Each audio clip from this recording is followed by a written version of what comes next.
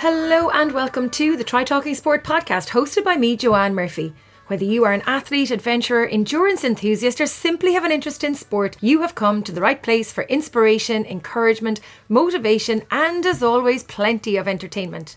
We are back. Finally, after a longer break than expected, I'm delighted to bring you this latest episode of the Try Talking Sport podcast. I had planned to release an episode in August and September, but the announcing and travel schedule actually took more time and energy than I had anticipated.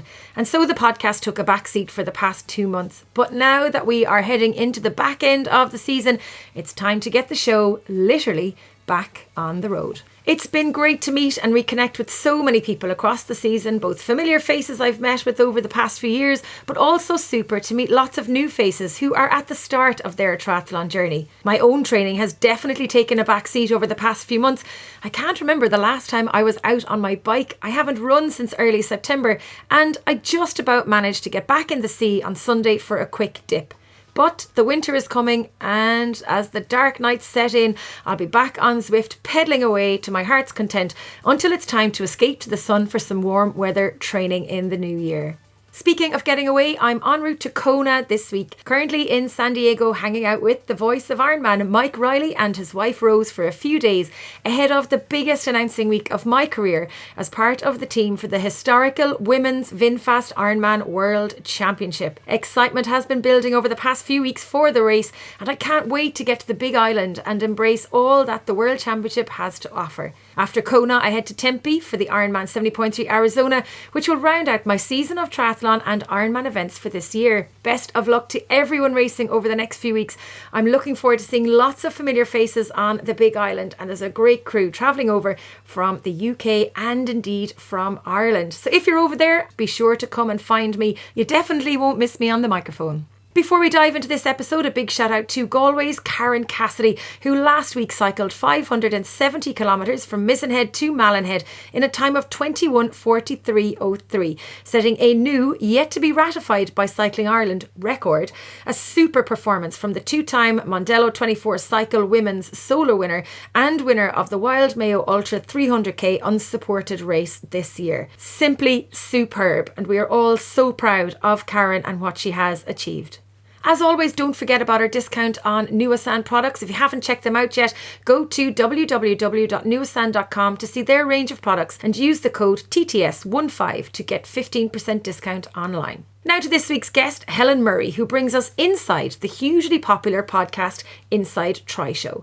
Helen has been involved in media for many years, fulfilling her goal of working for the BBC, covering both the London and Rio Olympics and the Commonwealth Games in Glasgow and the Gold Coast. She has been podcasting since 2014, going solo on her own weekly show since 2019, which has been a huge hit with her listeners across the globe. Athlete, adventurer and all-round awesome human, Helen has a special way of interacting with and interviewing people to get the best stories and the most out of them for her show. It's no surprise that away from her love of media and meeting people, she has carved a successful career for herself that she loves as a Cancer Rehabilitation Specialist with Move Charity, supporting young people who are going through a cancer journey to get back to sport and exercise.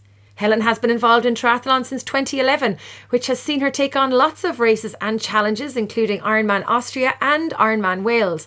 Her most recent adventure saw her complete the Pan Celtic Race earlier this year. This episode was recorded in the weeks prior to IRONMAN Wales, which Helen was due to participate in, but unfortunately her plans got sidelined through appendicitis in the days leading up to the race. She does, however, have big plans for 2024 across triathlon and for her podcast. This is a lovely chat with Helen, who simply loves sport and loves her job. Take a listen and be uplifted, inspired and energised by her outlook on life and her tenacity and commitment to achieving her goals. Helen Murray from the Inside Tri Show, welcome to Try Talking Sport. Joanne Murphy, thank you so much. I am happy to be here. Well, I'm thrilled that you're here, and we've had a little chat off air before we decided to press record, and I think we've been talking for 45 minutes, so I'm not sure we'll have an awful lot to talk about during the podcast, but we'll do our best. Helen, you are one of the queens of triathlon podcasting, have been podcasting since 2019 and are nearing your 200th episode of the Inside Tri Show. It is mental. Congratulations. That is Thank you. amazing. Thank you. It is mad. And actually, I have been podcasting since 2014 because I did another podcast for 5 years. And then, Inside Tri Show since 2019. So that is 9 years of triathlon podcasting, which is, it's actually quite a stint, I think. I mean, that's nearly a decade. How long is Rich Roll podcasting? Oh, that's a good question. And I don't know the answer. Yeah. Like if you think about it, you were probably one of the first to be in the space of podcasting before all the rest of us jumped on the bandwagon. Yeah. So there was IM Talk that from New Zealand. Fitter Radio, I think, started at a similar sort of time to when we started. But yeah, it really was before podcasting became massive, I think. And it's so interesting how I do think lots and lots of people listened to the other podcast because there weren't that many others around. And I think now fewer people do listen generally to triathlon podcasts because there are more to choose from and there are more podcasts to choose from. And there's such a competing market for your attention and what you're going to consume.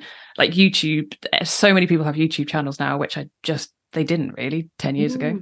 It's interesting how the whole podcasting world has opened up and how it has connected people. And speaking of connections, it's connected you and I, even though people would say, oh, you're competing against each other. And we're like, no. We have a very similar base. I know people listen to Helen's show. I know people listen to my show. And I'll be like, yeah, we listen to both because they've got such a variety of guests and also such a different style of, I suppose, podcasts as well. Even though very similar, we're very different.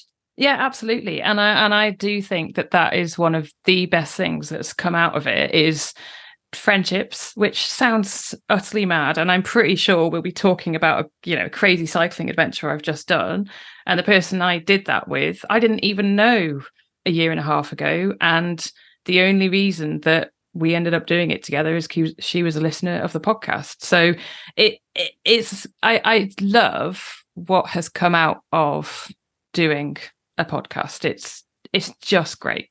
I always tell people I'm really nosy and curious and I've people think, as a race announcer that all I do is talk all the time, but I love hearing people's stories and I think I'm genuinely nosy. Are you nosy? I'm curious, I think. I am definitely curious. And I always, when I was younger, the thing I wanted to do was work in radio, work in journalism. So there's definitely something there. And, I did go on and do that. That's what I did. That was my job. I was a journalist. I don't think I was ever a particularly good journalist because my style of journalism is more exactly what you said, stories. I'm not the hard-nosed journalist who wants to sort of screw someone over or get an exclusive or anything like that. It's not what I'm about. I like listening to people. I like talking to people. And funnily enough, even I was in a car recently with someone and he said, I had never met him until like the morning. And he actually said to me, he's like, I don't think any of my work colleagues know what I've just told you. Like, it's almost like a different life of mine. I've never really told that many people. He's like, I don't know why I've just told you. I was like, well, that's me. I like getting stories out of people. So how does it feel to be on the other side of the microphone for today's interview now? So I always find it a bit nerve-wracking because generally I don't think I am the most confident person. I like the fact it's audio and no one, I definitely have that. I love audio. I'm not so fond of the whole camera thing.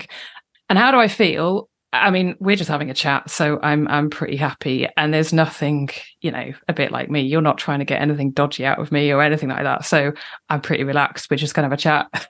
Absolutely. And the art of conversation is not lost on the two of us, really, when you think about it. Correct. I think we're pretty good at talking, aren't we? We sure are. And before we go forward, I want to go backwards a little bit.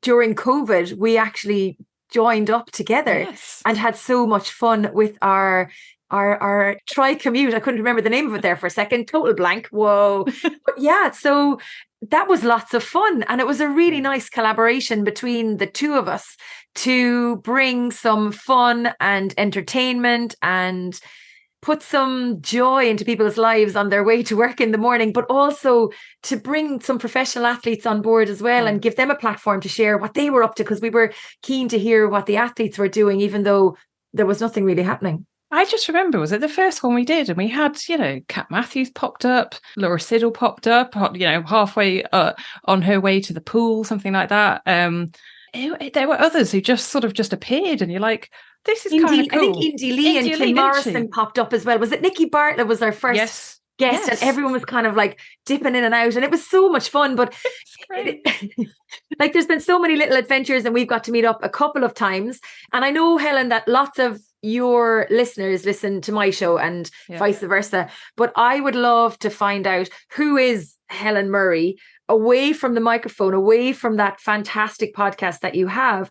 You mentioned that you're a journalist, but I also know that you studied Spanish and French in college, that you're now learning Welsh. You're very proud of the fact that you were spouting Welsh to me earlier, and I was like, I'm going to try and come back with you with some Irish, but it's not going to match. Still waiting for that. Yeah, we were even trying to practice "You Are an Ironman" in Welsh. But who is Helen Murray, and how has she got to where she is today?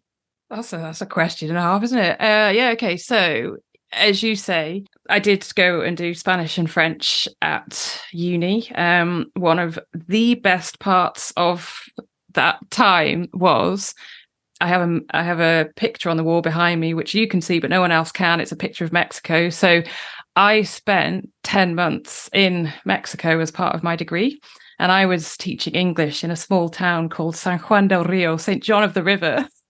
And I was like I was the only sort of person in town who spoke English. There weren't any gringos, as they call them, Americans. I don't remember seeing many other Canadians, Americans. Like, I was so immersed in that town and that kind of experience, like, oh, I love it. And I still have mi familia mexicana, like my Mexican family, so I'm still in touch there. I've probably been back, I think, 4 times back to Mexico after that year abroad, so that's something that's so important to me in life. I was a bit of a radio geek because I just wanted to work in radio. So while I was at uni, I didn't do triathlon. I remember going once with the running club because I had entered the London Marathon, and I just thought I was going to die on a track session. Like, it was horrendous. I couldn't breathe. So, I wasn't into triathlon. I did uni radio, did a postgrad in journalism at Cardiff, and then from there, worked in sort of BBC local radio, spent a bit of time in Switzerland at a radio station out there, so used my French. But all the time I wanted to work for BBC, I wanted to work for 5 Live, and eventually when BBC Sport, I wanted to do sport, by the way, not news. When BBC Sport moved north to Salford near Manchester, I managed to get one of the jobs there. So that was 2011. And then I'm not going to go through it all, but basically I then would have worked at, the dream was always, I want to work at the Olympics. So I managed to work at London 2012. Rio 2016 was a lot better, so I managed to work there, and then did Glasgow 2014, and possibly one of the best things was I did the Gold Coast Commonwealth Games in 2018, and then was able to stay out in Australia and visit my brother. So yeah, that's me really in terms of work stuff. Oh, then a massive career change, but we'll come on to that. Yeah, we'll come to that in a few minutes. So the thing that's hit me about all of that is, 1, you wanted to work in radio. Yep. 2, you absolutely love being immersed in a foreign country and living the life there. And 3, you managed to marry both your interest in radio, broadcasting, talking, curiosity, nosiness, with your travel, because you got to go to some incredible places to work as a journalist. So London 2012, that was a bit of like a dangling carrot. It was almost like, oh, so close yet so far, because I spent most of the time in they call it International Broadcast Centre. So you're basically in an air-conditioned massive warehouse. That's what it feels like.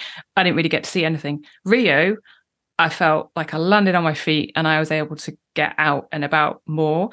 And I actually produced the para triathlon for like BBC Sport, but like BBC Radio Sport. So that kind of thing. I'm like, this is insane. I am living the dream. I'm on the beach producing. So when you say produce, people who don't work in the industry, what does that actually mean, Helen? I still don't really know what production means. I think it's just so I wasn't on air at all, but I would have had to make sure that on air we covered a triathlon, which you're like, how does that work on radio? So I would have had a presenter from the triathlon. We would have had a team of summarizers. And so my job would be to make sure that we had a few guests as well. So I remember Andy Lewis, who had got the gold medal like the day before. He came back to do a bit of summarizing for the women's race. I would have gone off with one of the summarizers to go and find a family member, that kind of thing. And then you'd have, I guess, HQ. So on air, there'd be something else going on. They might be going to different events, or they might have been back in the UK, I don't know, covering a football match or something. And they'd say, right now, let's go over to, the para triathlon. And our reporter, Jonathan Overend. And then I would make sure that at that point, the presenter has stuff to say, or is somewhere, or has that family member to talk to. And they'd kind of be saying, oh yeah, you've got 5 minutes with you. Okay, cool. So basically you're just looking after the segment and your team on the ground. And just as a completely different example, so I spent a lot of time producing the sport bulletins on BBC Radio. So that would mean you'd have your reader. So again, I wasn't on air, but you would, you go in at 5 a.m. Your first bulletin would be the headlines at 6 a.m. Then you'd have like audio in the 6:30 bulletin. So the presenter would do a lot of writing, but you might have someone who didn't do any writing. So you'd literally have to write all the scripts. You'd have to be editing audio. Let's say, oh my God, at 6:15 in the morning, you get something in that, I don't know, Tiger Woods has had an accident or something. And you'd be like, oh, sugar, right, we need the golf correspondent on live at 6:30 in the morning. And you'd be contacting the golf correspondent to say, hey, can we get you live at the 6:30? Yeah, cool. We need 30 seconds. Brilliant. Cool. And then you'd run up to the studio with the presenter. You'd say to them, don't run, because they then get out of breath. But anyway, so then they would be in one studio. I would be behind the glass in the other. And I would you can communicate with them if you need to, like into their headphones. But you just make sure that bulletin runs to time. You're speaking to the studio manager saying, we've got this clip next. Yeah, you've got that one. Yeah, cool. Okay, happy days. So it's a lot of organising, cutting audio, writing scripts, that kind of stuff. Far cry from the journalism aspect, but yet still a part of everything and delivering on a national level, really, and an international level. Before we talk about your career change, I want to ask you, why was it sport in particular that you wanted to get involved with? And prior to triathlon, which you've been heavily involved with for many years, what was your sport of choice before that? Oh, yeah. So I just love sport. I always have since I was younger. So I loved PE. I think I was very influenced by grandstand and watching the things like the Olympics on TV. I remember eating our breakfast, me and my brother sitting there, early in the morning watching the Seoul Olympics in 1988.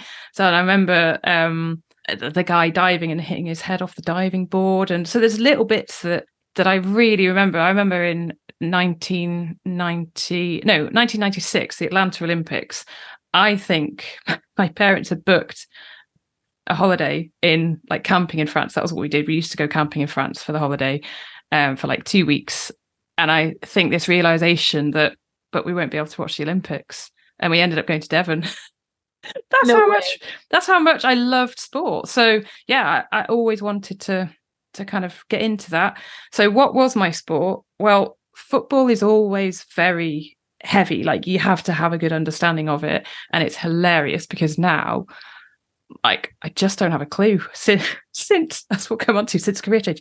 It's amazing how much knowledge you lose very, very quickly. tennis was my thing. I really, really liked tennis. So I was pretty obsessed by Wimbledon. I loved athletics, really loved athletics. Because again, growing up, triathlon wasn't a thing until the Sydney Olympics. So yeah, tennis, athletics, swimming, anything pretty much. I'd be like, oh yeah, this is great. Were you first up in PE to get on the teams for the sports days and for the classes and activities and everything? Well, hilariously. So I was pretty all right at most things. I was very good for school, not much wider than school, but school, I was good at tennis within the school, and probably would have been pretty all right in the Wrexham area. I was quite all right at short tennis in the Wrexham, in the Mould area, under 10 singles winner. Congratulations. Thanks. But yeah, 800 and 1500 meters, like the PE teacher would straight away, I'd be on that list because I could just carry on running. So I clearly had that endurance. Hilariously, athletics, anything else, I was absolutely rubbish at. So I couldn't sprint, I couldn't jump, couldn't throw. Like it was almost traumatic because I was so bad at throwing, jumping and sprinting. Not for me. Just make me run around in laps and I'm happy. Perfect when you go to do a triathlon and it's a multi-loop run course. Correct. I'm just like, yeah, that's fine. That's really fine. Or like cross country, everyone else hated it. I'm like, can't wait. I'm up for that. I can just imagine you. Hands up first. Me. Yeah. And then even when it came to stuff like outdoor ed, so outdoor education, I remember in year 7, so I would have been 11 or 12. Like I was always very small for my year. I was 3 months premature, so always very, very small. And you had to line up in height order in order to get your kit. And it wasn't until year 9, so 11, 12, 12, 13, 13, 14 years old, I got to about 7 in line. All the way up until then, whenever we went, I was like, oh yeah, I'm first because I'm smallest. But I would always be like, yes, I'll go down this. I'll go down the rock face. I don't care. Yep, I'm up for that. I can just imagine the mini Helen doing the climbing down the rock face, like totally up for an adventure, Really doesn't care. It doesn't surprise me that you ended up in triathlon or that you ended up in the Pan Celtic Race just a few weeks ago. So Where do we go next, Helen? Will we talk about triathlon first? How did you get into triathlon? Oh, so I fell off my bike when I was commuting to work in London. And at the time I would have just been running. And I just had a shitty mountain bike and got a bit too close to a car wing mirror, hurt my knee, and I went to a physio and he was like, well, you can't run. I was like, oh, no. Swimming's all right. I was like, oh, and I hadn't swum probably since school. And I think I wanted to enter triathlon because I would have seen it on the Olympics and things like that. And also I had done quite a lot of running. So we're talking 2011. Yeah, I had done a lot of running back then. I would have done quite a bit of trail running. I would have done a marathon by then. So I knew that I wanted another challenge and entered a sprint try and went from there. And then when I got that staff job that I mentioned at BBC Sport, suddenly the thing that I had been chasing for years, i.e. a staff job with the BBC, I finally got, and I didn't need to chase anymore. So then I'm like, well, I need other goals. I need other things to focus on. And because I was doing funny shifts, so I just spent a lot of time getting into triathlon or spending time on my bike. And that's really how I got more into it. So that was 2011, was it? 2011, I did the first one. And then 2012, I did my first 70.3, 2013, first Ironman. So I did Ironman Austria. Then I went really I felt very serious about it. 2014, 15, 16, possibly even into 17. I was like, yeah, I took it, it was very serious. And then I've chilled out since then. Chilled out a lot. You've had a podcast to produce every week since, was it November 2019? You haven't had time on training? No, not quite so much. I really enjoy I do really enjoy the healthy lifestyle. I am pleased that I have got to the point that I am not taking it as seriously because blooming heck, it can mess with your head a bit, can't it? So when you say you were taking it seriously, Helen, like what does that mean?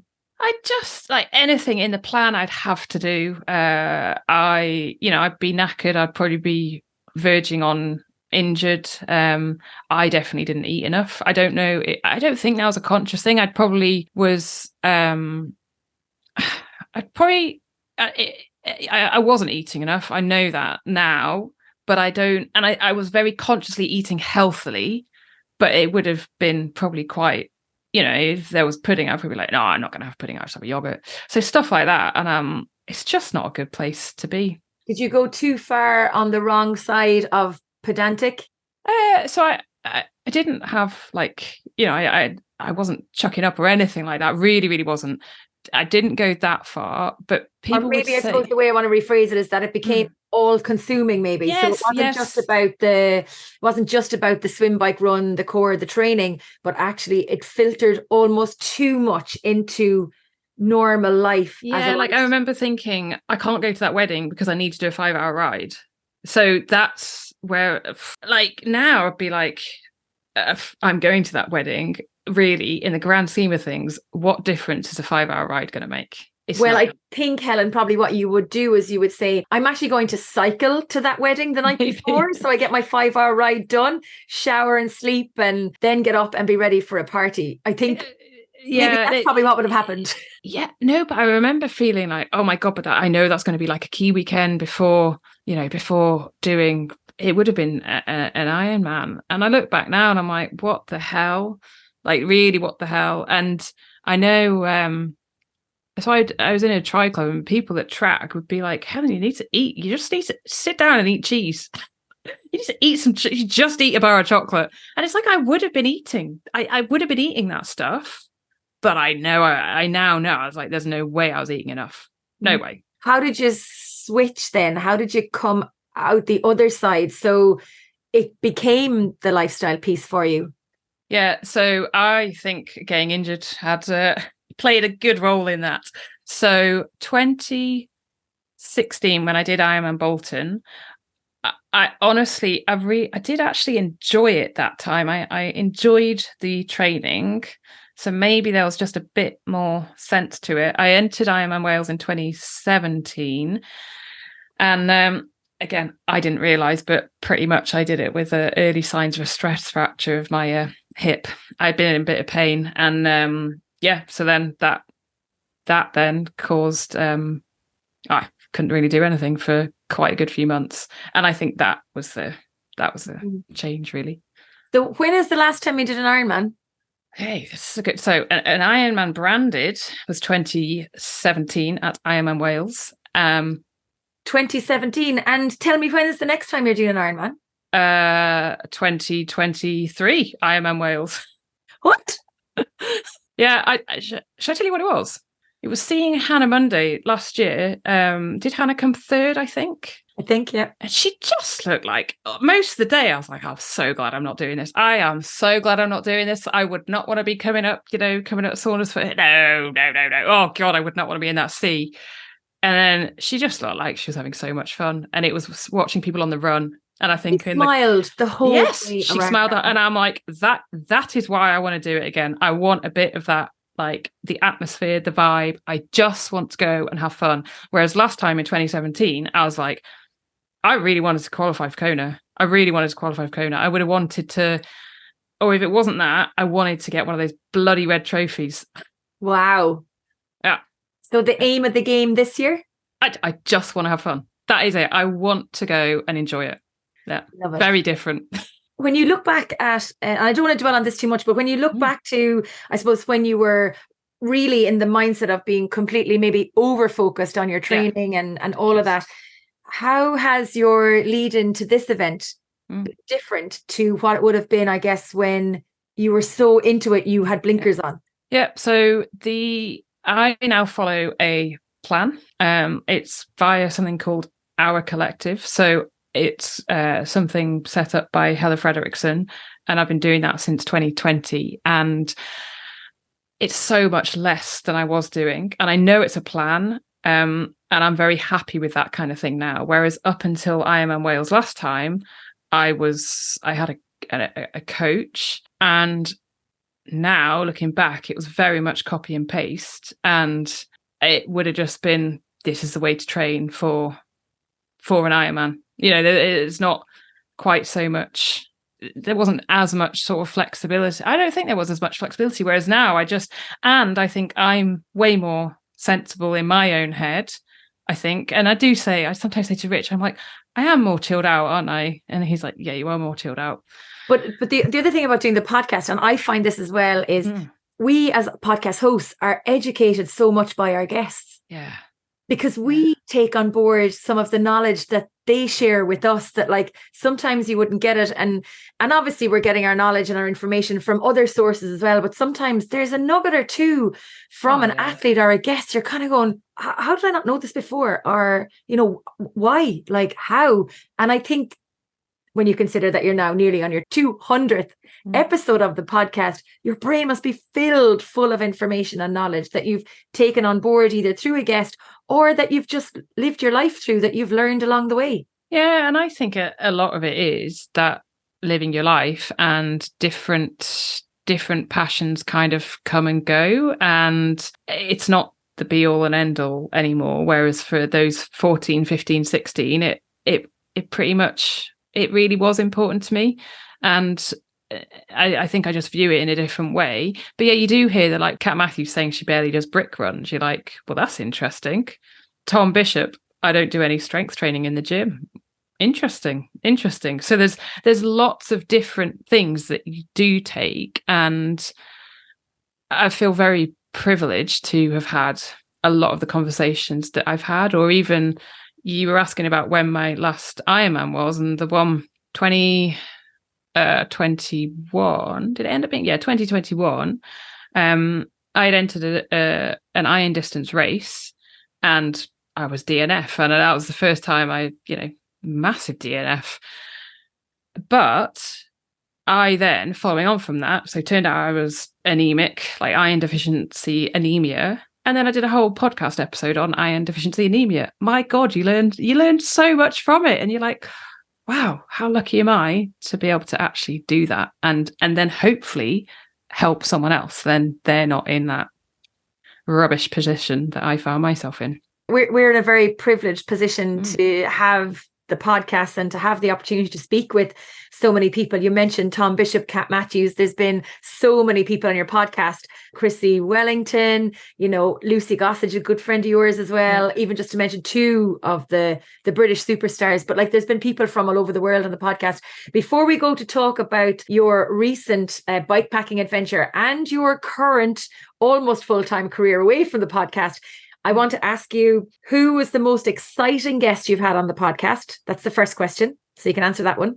Oh, the most exciting. Well, I was really excited when Gwen Jorgensen turned up. I didn't think she was going to. That was a big coup. Yeah. So I've been waiting quite a while for that. So I would say I was very excited with her. I was pretty excited to speak to Shane Williams, absolute legend of Welsh rugby. And I know that you've spoken to him as well. So yeah, I was very excited by him. And one thing I never do, but I did with him, I got him to record a happy birthday message for my brother because I knew that he would be equally as excited. Do you get nervous when you're interviewing people, Helen?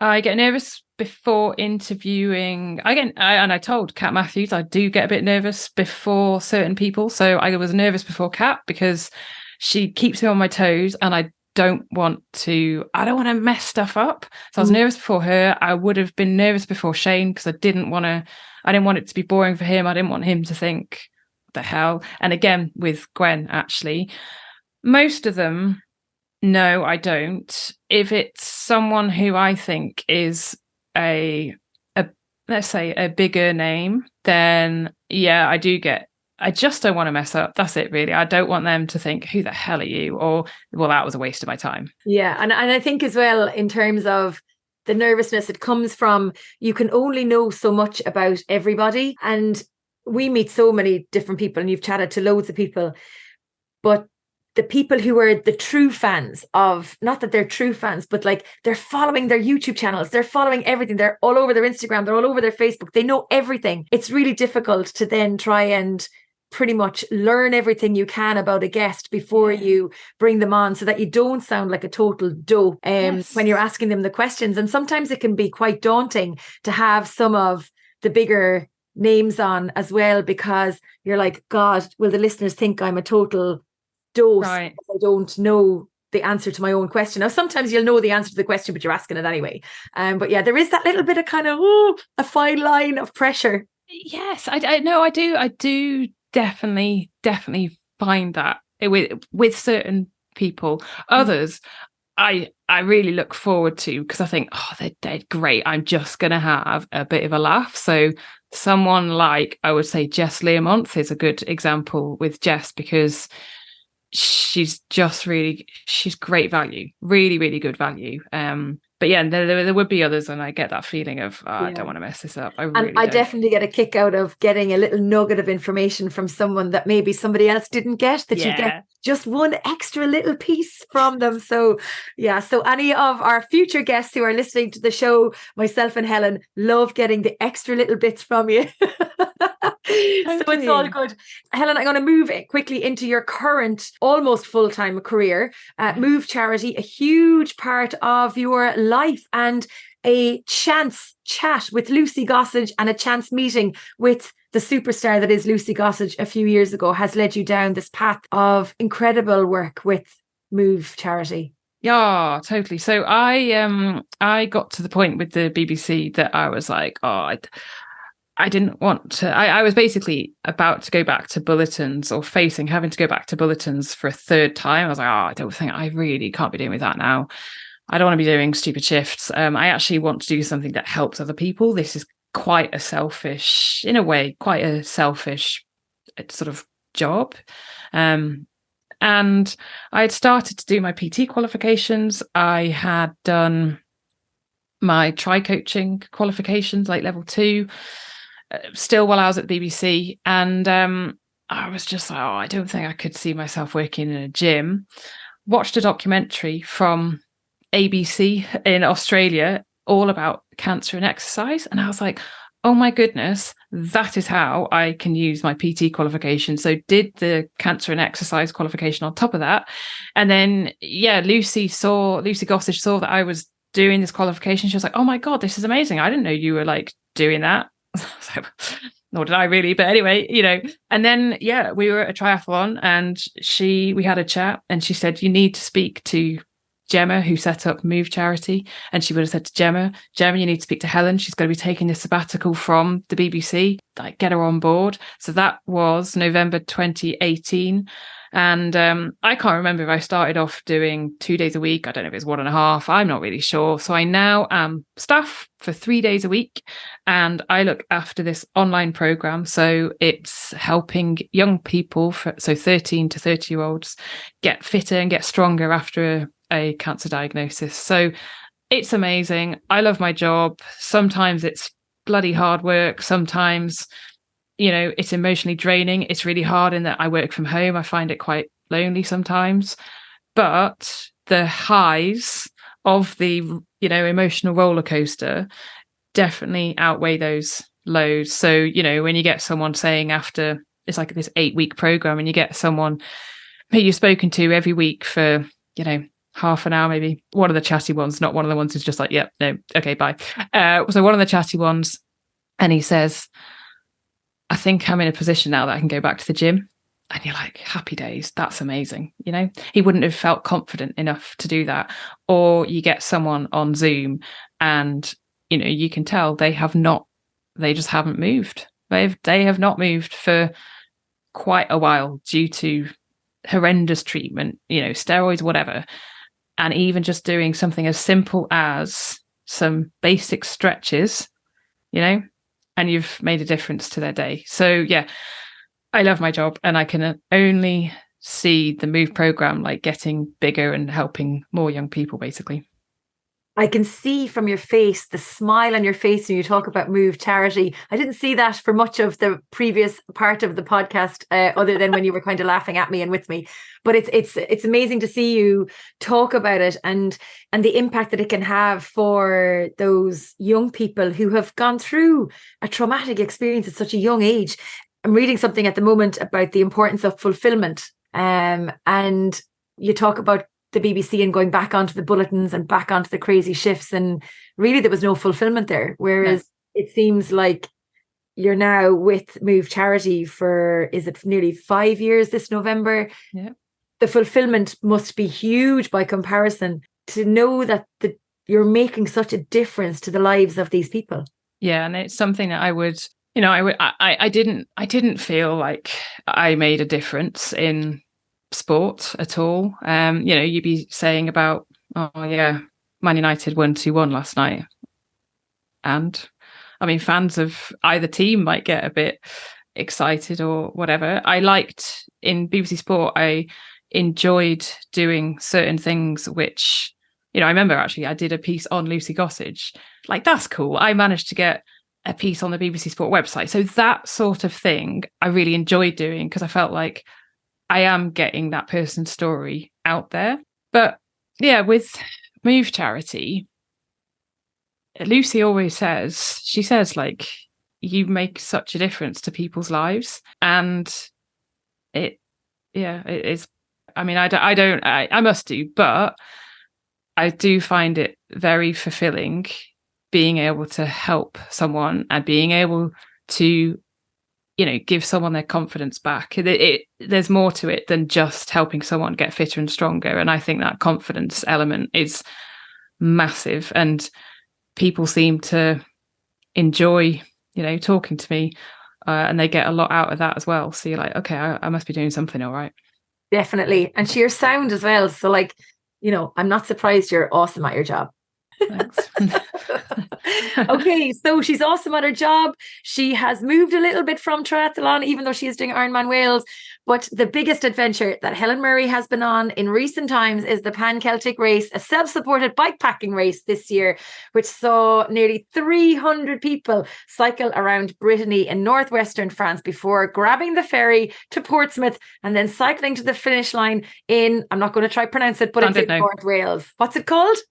Llandudno. But it's 2 L's. Llandudno. Llandudno. I can't pronounce it. We're going to kill that out of the podcast. She mentioned earlier that she had never met her friend who took on the challenge with their Lowry Bowen, but they did it as a pair, 1,700 kilometers with 16,500 meters of elevation. They finished in 8 days. Helen, that is just insane. But oh my God, it's so good. It feels like a dream. It feels like a dream. And it was a dream. It was amazing. So yeah, I had spoken to Lowry Morgan, not the same Lowry who I did it with. So Lowry Morgan and Mimi. I love the way you rolled the Lowry Morgan. She's Welsh, you've got to get the rolling R. And so I had spoken to them. They were going to be doing it in 2022 as a pair. And I thought, that's cool. How cool would that be? Because, I've done quite a bit of sort of cycle touring with Rich, but I've never done something like that with with another female. I was like, that'd be amazing. And it's going to Brittany. Oh, my goodness. So, yeah, I said something on air along the lines of, this sounds amazing. I'd love to do it in 2023, if anyone fancies it. And Laurie messaged me going, well, I'm game. Why not? So, yeah, we hadn't really met. She was helping me a bit with my Welsh, and then throughout 2022, oh my God, Lowry helped me massively with my Welsh, like super influential on me learning Welsh. She said she wasn't, but she really was. And then we did a few rides together before sort of heading over to France. I think we did 4 actually, so we made time to do that. And then the event itself, there were, I think in total, I think they had about 30 females across 2 distances. So we did the shorter one, and then there was a longer one. We bivvied one night. The rest of the time we stayed in, hotels or B&Bs. And at the time I was loving it. Even the hard bits, when you're just thinking, this is shite. Because I did see from your Instagram there was some dodgy weather at times. Oh man alive. It was,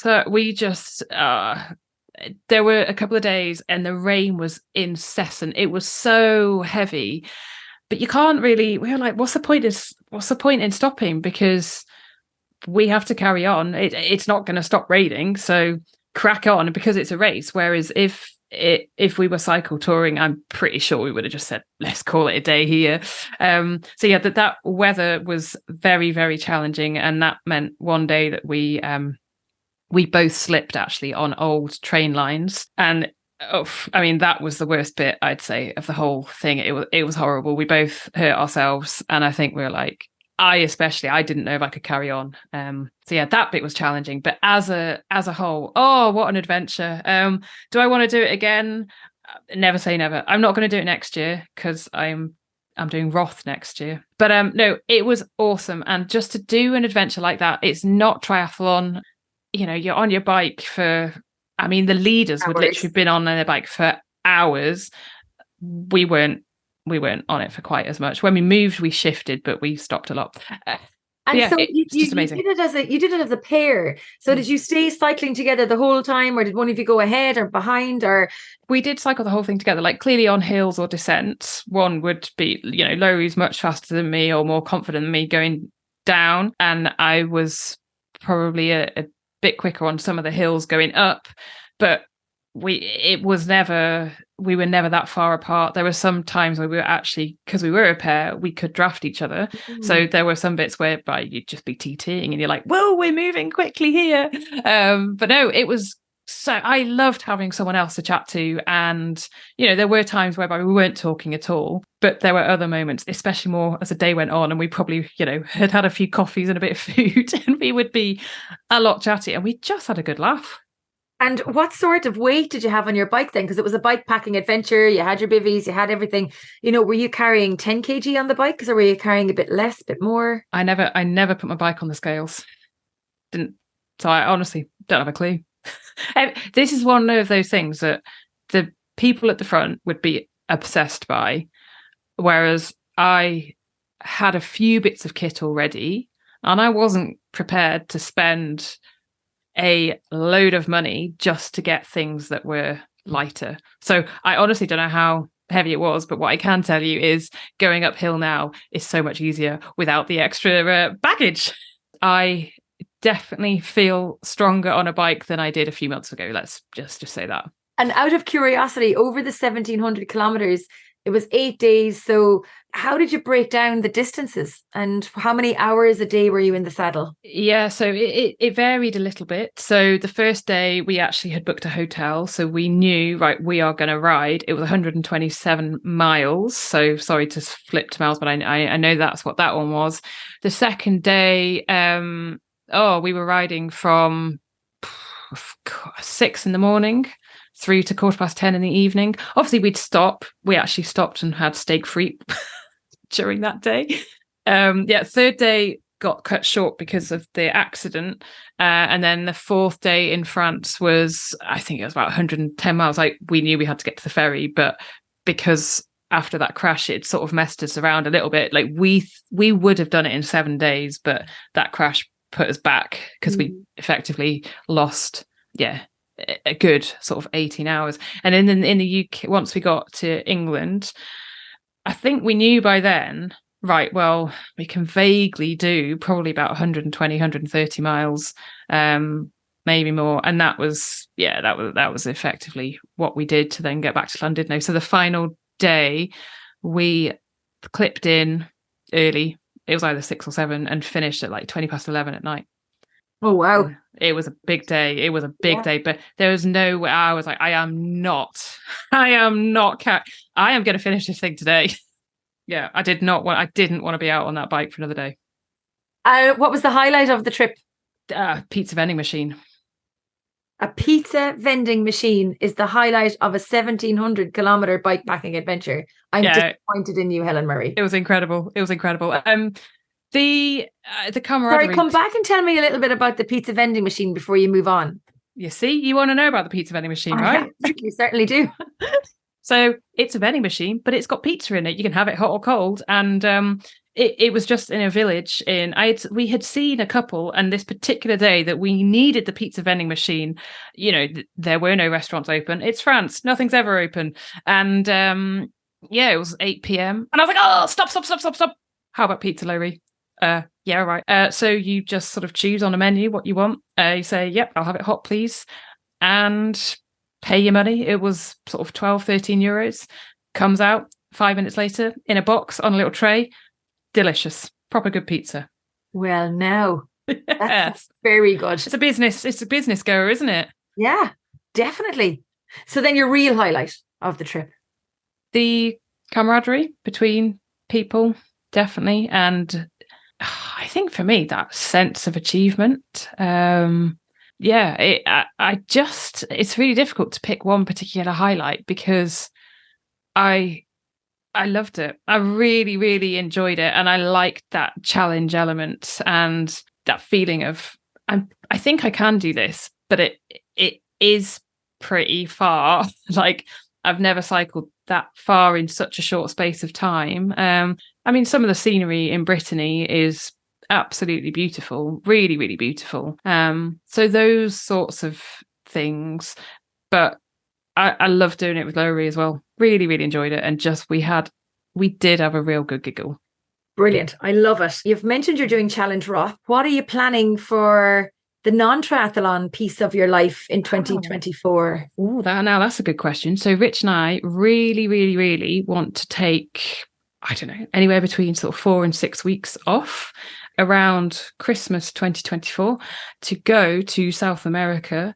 And it's still a little bit up in the air. Like it was definitely at one point, it was like, we are absolutely going cycle touring in Colombia for a month. Whereas I think now, perhaps because of all the Welsh learning, I'm like, I really want to go to Patagonia.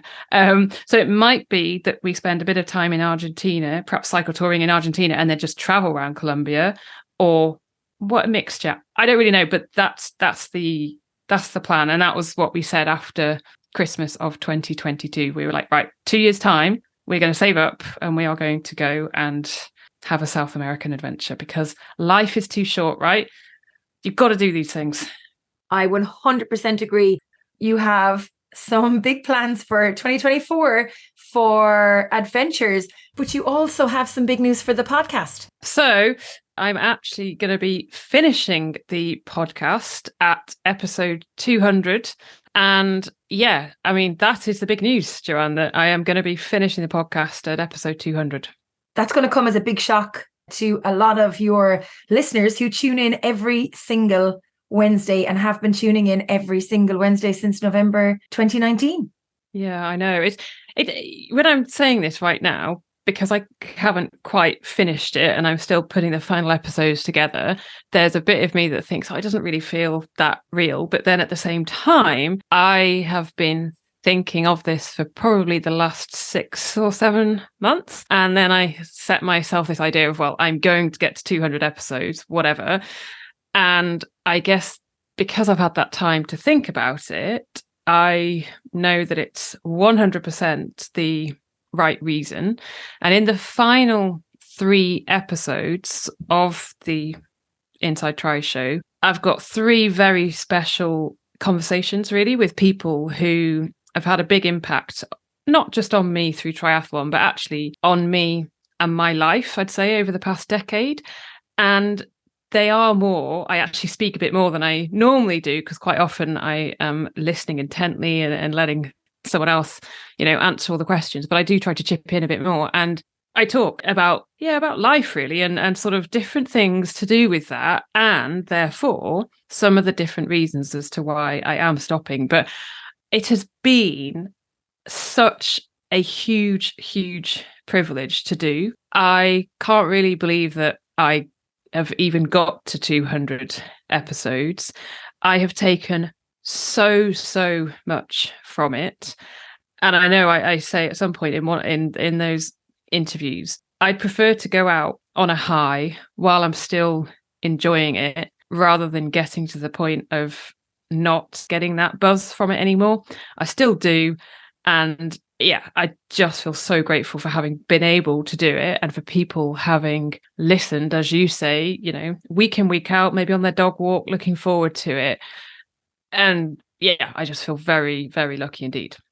It's a huge commitment to have had to release a show every week. I know how much effort it takes from my side to get my show out, and 2 episodes a month. Well, it was up until May of this year when I decided to take a little bit of a step back, but to do it every single week, Helen, it's a mammoth task, from getting the athletes and coordinating the interviews to actually recording them, researching, talking to the athletes, and then the back end of it, getting it ready for production and posting, and just making sure that it's right and it's the right vibe of what you want to release for your audience and for your guests. There's going to be a big void within the triathlon space, I think, and within the endurance space with you leaving. And I hope it's not a completely shut door. I hope that the door remains open, that potentially you'll come back and do some more again, maybe in the future. And who knows, maybe you and I might do some more stuff. We talked about the tri-commute earlier in the episode, and we had so much fun connecting over that. So I have no doubt that we'll see you podcasting again, or at least on the airwaves somewhere again. But what are you going to do to fill your time? I know you have lots of adventures planned, but really that's a huge chunk of your week back belonging to you again now.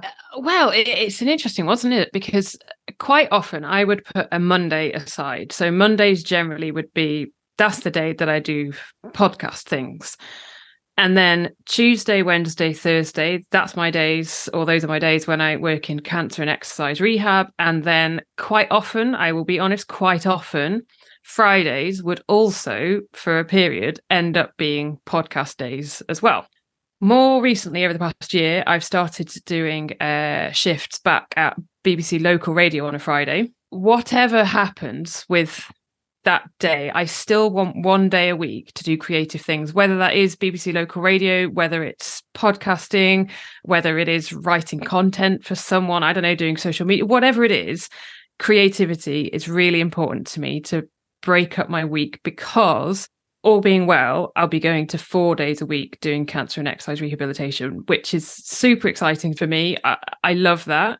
But yeah, I still want to do that bit of creativity. As for my evenings, well, yes, I'm going to get them back, because quite often I'm like, oh my God, when am I going to record the podcast? I literally don't have time. So it's quite often, as we are now, it's an evening when we're recording this, it's after work. So it might mean that I can get to swimming more often with the Tri Club, or I could get to athletics with the Tri Club. Maybe I could go to Welsh conversation. Like, there's so much other stuff that I can do and would like to do, rather than thinking, oh my God, I haven't had any time this week to do the podcast. It's a Saturday afternoon.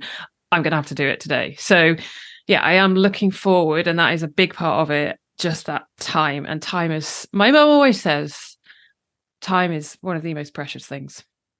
It certainly is. And I just want to say, like, it's been such a pleasure having you on the show and being part of the journey that we've had together. We've become great friends over the past couple of years. When we first met at a Women for Tri event, actually at IRONMAN Wales back a few years ago, we've been on our own little journey together and separately. And it's been such a pleasure to get to know you and to spend time with you both, catching up over Zoom over the past few years, but then actually getting to meet at least once a year for the past few years as well. And I wish you every success. And I know that your listeners will miss you, but I know that they know that you're doing it for all the reasons that you need to do it for. And I think it's going to be great for you. And you might actually get to see Rich, and you might actually get to lie on the couch of an evening every so often. Imagine it. I said, I reckon it's 200 not out, i.e. let's keep that door open. You never know. There might be a one-off series or something like that. I don't know. But actually, yeah, definitely stepping away from that weekly work. Brilliant. And so my final question is, of everything that you've achieved so far in sport, in life, everything, what are you most proud of? Oh my goodness. I'm going to give you a really rubbish answer, I think. I'm just proud that I'm an all right human being. Like, I haven't always been the most confident of people. But I've achieved the dream that I set out to achieve with BBC Sport. I worked at the Olympics, and they were goals that I was so passionate about. And yeah, I like the fact that I'm a good egg and I can help people, and that means the world to me. And I try to be a good friend. I try to be a good wife. I try to be a good daughter and a good sister. And if I am able to do that and still be happy myself, then I can't really ask for much more. I think that is one of the best answers I've ever gotten to that question. Helen, thank you so much for joining us on Try Talking Sport. It has taken a while to get you on the podcast, but I'm delighted that we finally managed to get here, and wish you the best of luck with everything for the future. And I look forward to seeing you very, very soon. Oh, Joanne, thank you so, so much. And go and smash it in Kona, as I know you will. And it's just like you were talking there about the journey, and it has been incredible to watch you grow and become, announcer at the World Championships. It's phenomenal. So yeah, thank you. You're an absolute superstar, and I think the world of you. Oh, and we're going to leave it there before the two of us start crying. Thanks for tuning in. I hope you enjoyed this episode. You can get in touch with any feedback or guest suggestions by emailing me on trytalkingsport@gmail.com. If you would like to hear more great episodes of the podcast, be sure to check them out on our website or wherever you get your podcasts. You can follow all of our activities and podcasts on Facebook, Twitter, LinkedIn and on Instagram. If you have any feedback or guest suggestions, please email me on trytalkingsport@gmail.com. I'd love to hear from you. Until next time, thanks for listening. Stay safe, keep smiling, and remember to look for fun and adventure in every day.